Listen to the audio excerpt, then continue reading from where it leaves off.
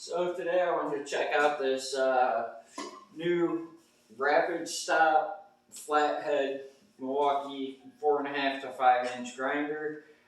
They just came out not that long ago, and one thing I was pretty excited about, I think kind of slid under the radar, but you can see how small this head is. It's a really tight fit to get into some really tight places, like in these frame rails. You know, you can clean in there with the wire wheel, as to where it's pretty hard to get in with these regular angle grinders. And the two that I have like this, the 4.5 and the 6, mine don't have rapid stop. This is my first actual braking grinder, and it does stop on a dime. Like, it is a really nice safety feature to have, and it's really smooth grinder. I'll do a separate video of doing some cutting and grinding with it. I just wanted to kind of go over my thoughts and the features and improvements that the reason to buy this if you already have a grinder. And you know, it's not for everyone. It is a really nice tool for me personally, but it is not going to be a tool that everyone's going to need. But even the way they design the grinder head, you know, these shoes, they lock on totally different now. But we got two different grinding shoes. These guards are like nice for cutting and things like that, but for using wire wheels and stuff, I like to be able to see both sides. And you know, I definitely have to wear a full face shield when you're using those, because those wire wheels are like projectiles. You come out looking like a porcupine if you buy the cheap ones. I recommend, you know, spending a couple bucks and getting a good one that'll last you 10 times longer, and you got way less projectiles hitting you and covering every inch of your shop in little wire pieces. But so it's a really low profile head. It's got the rapid stop, and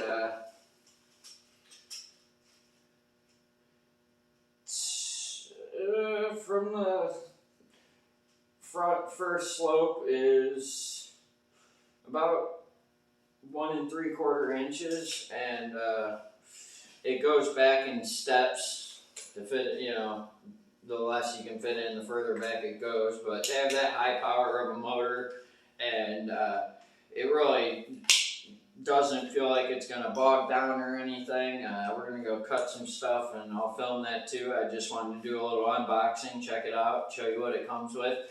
So you get both of these guards, one's for cutting, one's for grinding.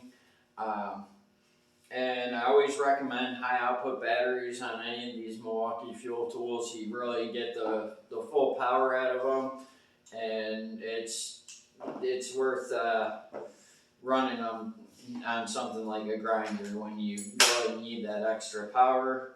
So I really don't run my 5 on anything except my lights and my Milwaukee top-offs.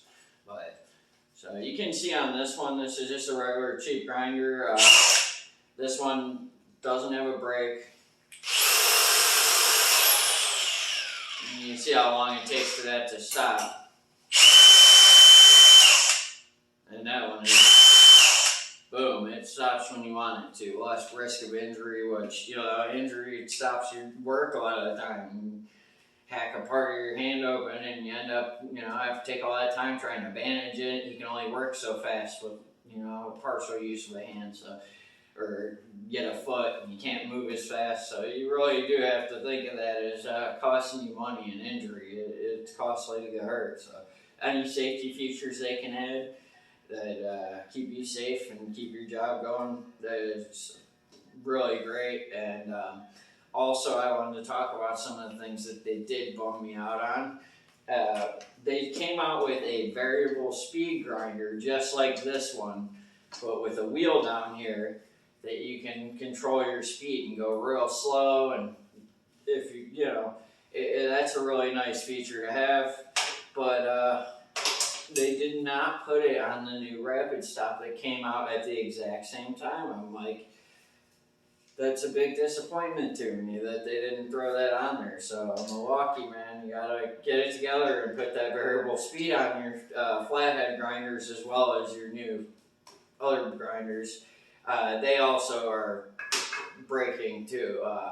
The new one is a rapid stop and it has a variable speed. Tools with Souls did a good video. He checked one out and seemed pretty impressed with it. They haven't had them at any of our stores, so I haven't got one yet. And they just recently become available same time as this. But I was really excited about this, and that did bum me out when I realized it didn't have the variable speed, because I figured, well, the other one did. Why wouldn't this, you're coming out with the new control switch on the back, so why wouldn't both the new grinders they released at the time, well, actually 4, because there is the locking switch version as well.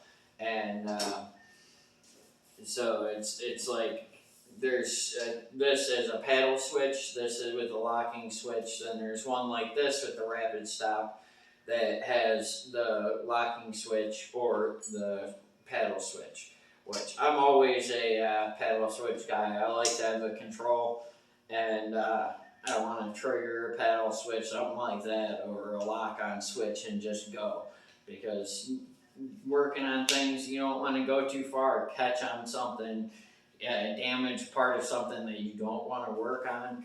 So I like having the control over my speed and everything, so that's why I was so bummed about the variable speed. But I was impressed with the size of the head, and I do really like the brake is awesome. It's super fast, and it has great power. I can tell it's gonna not bog down, just like this one's a monster. But it has its flaws. But so hopefully they'll come out with a Gen 2 next year or something, and we'll get a variable speed on a flathead grinder and get the best of both worlds. But thanks for watching.